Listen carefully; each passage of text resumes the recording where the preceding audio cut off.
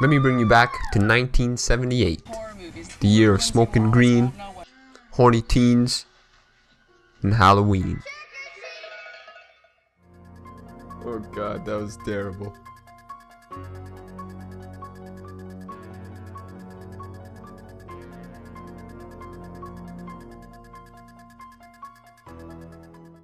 Halloween was directed and written by John Carpenter with his co-writer Deborah Hill.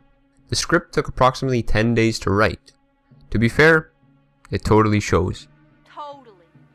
As a slasher film, it did not rely on blood, guts, and gore, it simply relied on suspense. Despite its flaws, the film is still praised today.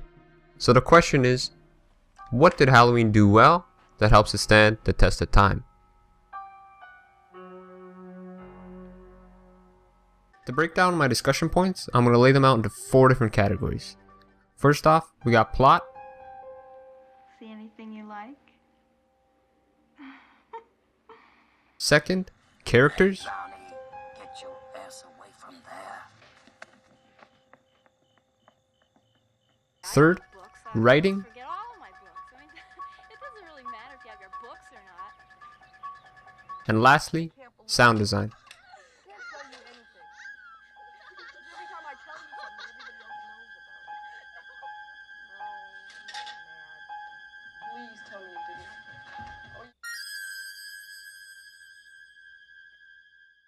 So quick time summary. So the movie starts up on Halloween night in 1963, where we follow a 6-year-old Michael Myers. He brutally murders his 17-year-old sister Judith in her upstairs bedroom. So he's sentenced to 15 years in the Illinois State Hospital. Obviously, horror movie, he breaks out and heads back to his hometown, Haddonfield, Illinois, where he looks for his next victims. Halloween hits close to home. Because of its limited budget of $300,000, a majority of the film is based within a small suburban neighborhood. But it works. Carpenter directs the movie in a way that it creates a sense of community. You feel connected to the town and you fear for each character's life. But this in itself says something. Pardon my French, but everyone is a fucking bozo. Okay. You should be like, yeah, stab that bitch. But it's not like that. The atmosphere reels you in while you sit on the edge of your seat, anticipating what will happen next.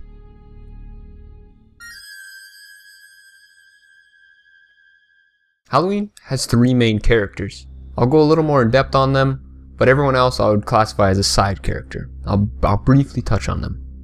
But not literally touch. Sorry, kids. Laurie, what's the boogeyman? So Laurie Strode's the main female protagonist. She's independent, good-looking, smart, has an IQ above 50, so apparently boys don't like her. Guys think I'm too smart. I don't. I think you're wacko. Her character influenced a generation of horror movies. Like, she became the stereotypical horror movie survivor. She didn't do drugs, she didn't drink, and she didn't sleep with all those hot boys. I realized that what was living behind that boy's eyes was purely and simply evil. Dr. Loomis has a supporting role. Dr. Loomis is Michael's psychiatrist that worked with him for 15 years. He studied Michael and knows all the details of his backstory. Loomis is used as a tool to drip details down to the viewer, but in a way that Michael's mystery is still intact.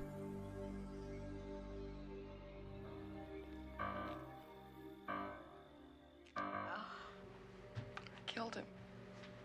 You can't kill the boogeyman. Get in there, come on, Tommy.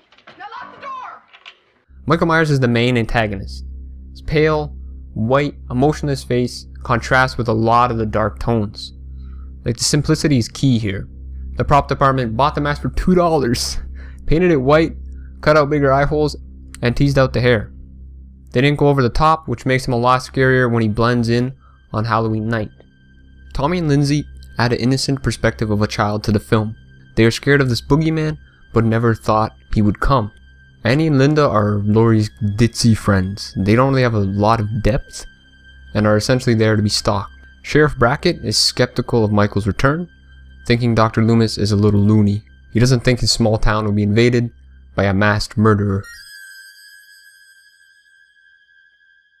The writing is definitely a little patchy. I won't praise it, saying it's a masterpiece. Carpenter put his attention towards Dr. Loomis's monologues, while Hill focused on the teen dialogue. They definitely went for a cheesy approach with some of the writing. Like, there's some hot cheese in there, okay? They sat down and said, yeah, 11 totalies? Hit him with the hot cheese, my guy. Okay, first I rip your clothes off. Don't rip my blouse. It's expensive, idiot. Then you rip my clothes off. Then we rip Lindsay's clothes off. Yeah, I think I got it. Totally. Carpenter saves the script and keeps the tone with his more serious writing. Dr. Loomis has some spine-chilling monologues that makes you question Michael's mind state.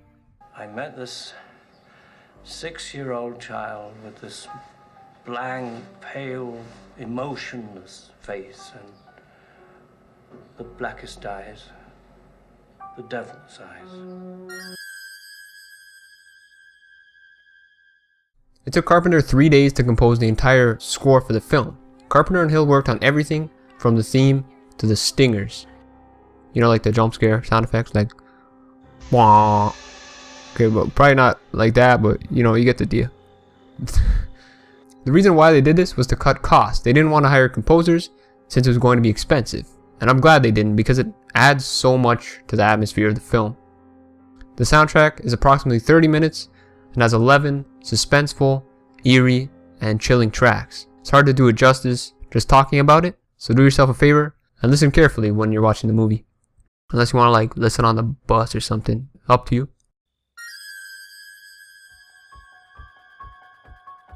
If you've not seen the movie, pop some popcorn, grab a sweet juice, turn out the lights, and watch the film. If you have seen it, go watch it again, you know, in the spirit of Halloween. Thanks for watching. Leave some feedback in the comments. What are your thoughts on the movie? What movies are you watching this time of year? After the outro, I'm going to have a brief discussion on Halloween 2018. So stay tuned. Have a safe and happy Halloween. Don't let the boogeyman get you. Halloween H40. I hope to God it's not called that. So Halloween 2018 is supposed to come out in October that year. The script is co-written by actor Danny McBride. John Carpenter is coming back to compose the music, and Jamie Lee Curtis is returning to take on the role of Laurie Strode. They're ignoring all the sequels. They're only going to be focusing on the first one. They're considering the first one canon. That's it. Everything else, they're abolishing it because it got really convoluted. Super convoluted, okay? They have what's his name? They have Busta Rhymes in the 8th movie, okay? That's how bad it got. I'm excited. I'm scared. I'm worried. But I'm praying. Hoping that this movie will be good.